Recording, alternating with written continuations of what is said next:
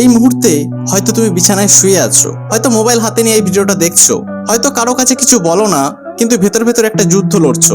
একটা প্রশ্ন করি, শেষ কবে তুমি সত্যি মন খুলে হেসেছিলে? শেষ কবে ভবিষ্যতের কথা ভেবে উত্তেজিত হয়েছিলে? শেষ কবে মনে হয়েছিল হ্যাঁ আমার জীবন একদিন সুন্দর হবে?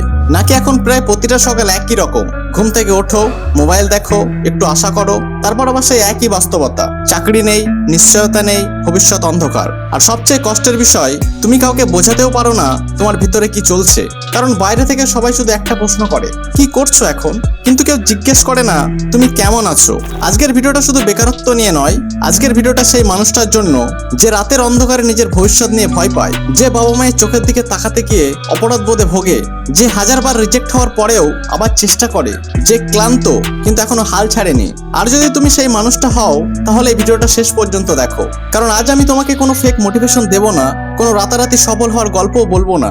আজ আমরা কথা বলবো একটা কঠিন সত্য নিয়ে, সেই সত্য যেটা হয়তো তোমার জীবনটাই বদলে দিতে পারে। কারণ সমস্যাটা বেকারত্ব নয়, সমস্যাটা আরো গভীরে। আর সেই সত্যটা বুঝতে পারলে আজ থেকে তোমার নতুন জীবন শুরু হতে পারে।